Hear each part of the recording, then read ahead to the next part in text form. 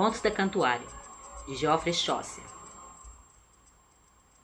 Contos da Cantuária foi publicado pela primeira vez em 1475, mas o seu autor nasceu por volta de 1342 e faleceu em 1400. E, infelizmente, a sua grande obra ficou inacabada.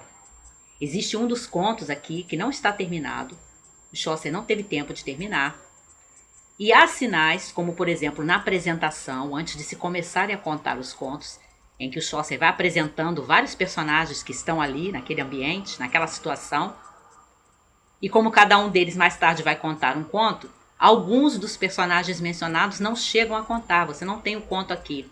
Haveria muito mais contos do que o que a gente tem, do que restou, né, pronto pelo autor de Contos da Cantuária. Esses vários contos são unidos assim por um denominador comum.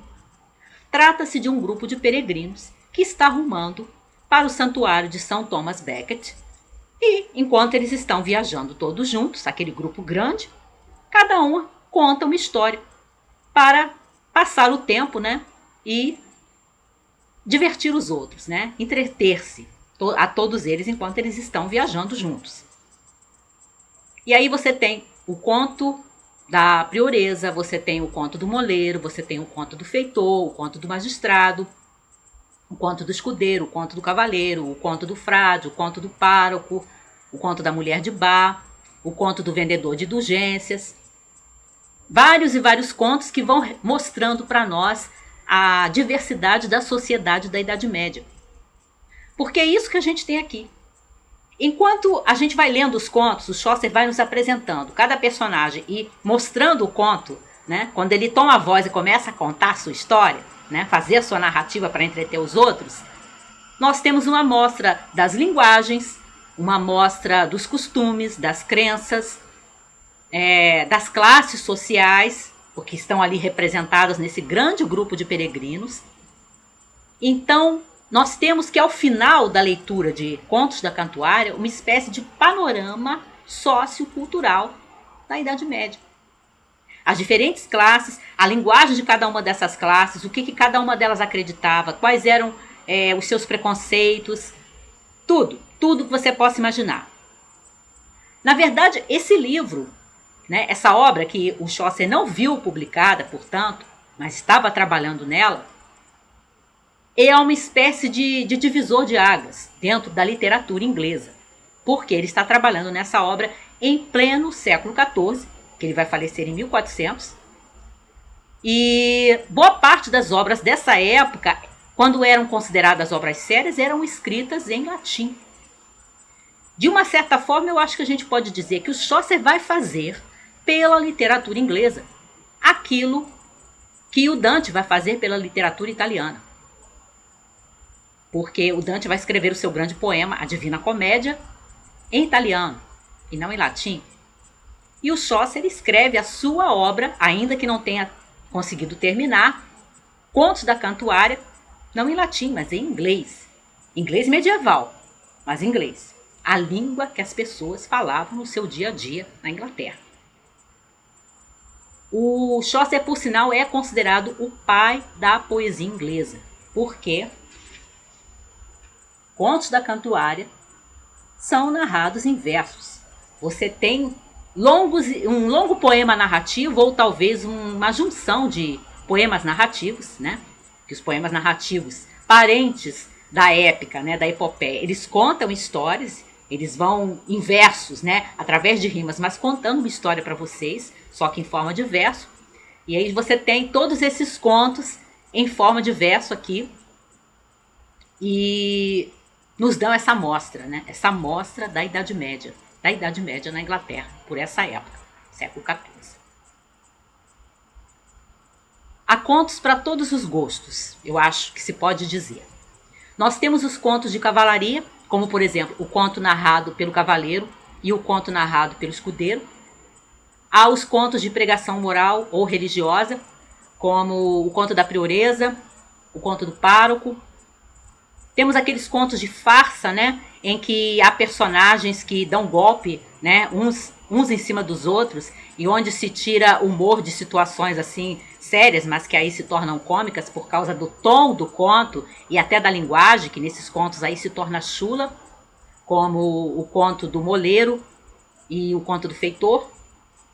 E há também até mesmo contos satíricos, como o conto que o Chaucer atribui a si mesmo, porque a um certo momento ele se coloca como personagem ali, como se fosse um dos peregrinos que também está rumando para Becket e que também tem que contar uma história, assim como os outros. E o conto dele já é num tom de sátira, pegando coisas sérias e transformando na sua narrativa, né, na forma, no tom que ele assume para contar, em sátira, né, satirizando coisas que em outros contos, em outras versões até, porque ele tem um cavaleiro no seu conto, mas não tem nada de cavalaria no conto que ele está narrando. O Chaucer, ele viajou muito e ele teve algumas posições, né, porque ele tinha os seus protetores, e dependendo de qual era o protetor que o Chaucer tinha, e se esse protetor estava em alta ou se estava em baixa dentro da corte inglesa, a situação do próprio Chaucer, né, ou era boa ou era, né, mais apagada, né? Ele às vezes perdia a função que ele tinha. Mas nessas idas e vindas de sorte na vida dele, apadrinhado por esse ou por aquele, ele viajou muito e teve contato com literaturas de outros países na sua época, como por exemplo a literatura italiana, que ele leu Dante, ele leu Petrarca, ele leu Boccaccio, literatura francesa. E aí a gente nota aqui, no Contos da Cantuária, a influência de Boccaccio. Isso aqui é uma seleta do Decameron, que é o grande livro em que o Boccaccio tem uma estrutura similar, tá, a que está em Contos da Cantuária, que o Chaucer vai pegar, né? Que você tem vários personagens e cada um contando uma história. Isso está em Decameron e está aqui também. E aí, no Boccaccio, ele pega inclusive alguns temas e alguns enredos, alguns contos, e trata da sua maneira. Por exemplo, no Boccaccio a gente tem o conto da paciente Griselda. E aí o Chaucer pega o enredo da paciente Griselda e faz o seu tratamento aqui. Eu me lembro que quando eu li, e a minha mãe também leu, a versão da paciente Griselda pelo Boccaccio, nós duas ficamos muito revoltadas, porque a história da paciente Griselda é aquela história de uma mulher que suporta tudo, tudo, tudo, tudo. Sabe o que é tudo? Que o marido faz sem protestar, né? Aquela paciência assim que não tem como você justificar. Mas o Boccaccio termina com esse fecho mesmo, dela sendo premiada de tudo que ela suportou, né? E ficando com aquele marido, que atestou o tempo todo de uma forma assim, só posso chamar de sádica. E aí você pega o Chaucer usando esse mesmo enredo, essa mesma história da paciente Griselda, que ele conta, né, com os mesmos episódios e as mesmas peripécias que estão no conto original do Boccaccio.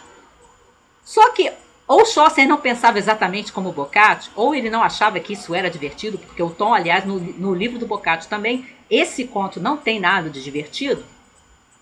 Quando chega no final da versão do Chaucer para a paciente Griselda, ele acrescenta alguns versos depois que termina de contar a história, dizendo que nenhuma mulher deve suportar aquilo que a paciente Griselda suportou. E os versos são muito engraçados.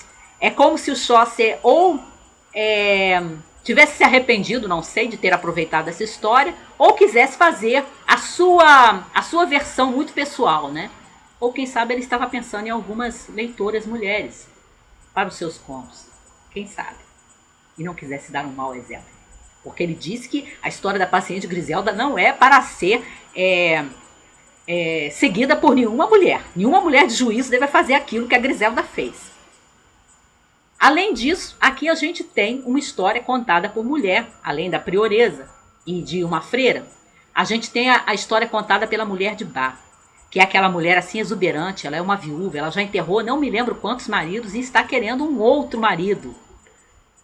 E me pareceu que quando o Chaucer coloca a história da paciente Griselda, né, entre um dos contos, mas coloca também a da mulher de Bar, é como se ele quisesse equilibrar as coisas e mostrar os dois lados, né, da mesma moeda. As mulheres que suportam demais, suportam inclusive o sadismo desse marido da Griselda, que eu só posso chamar de sádico, e há aquelas mulheres que não suportam nada, que além de muitos e muitos maridos que elas enterram, elas também têm amantes, como a mulher de Bar.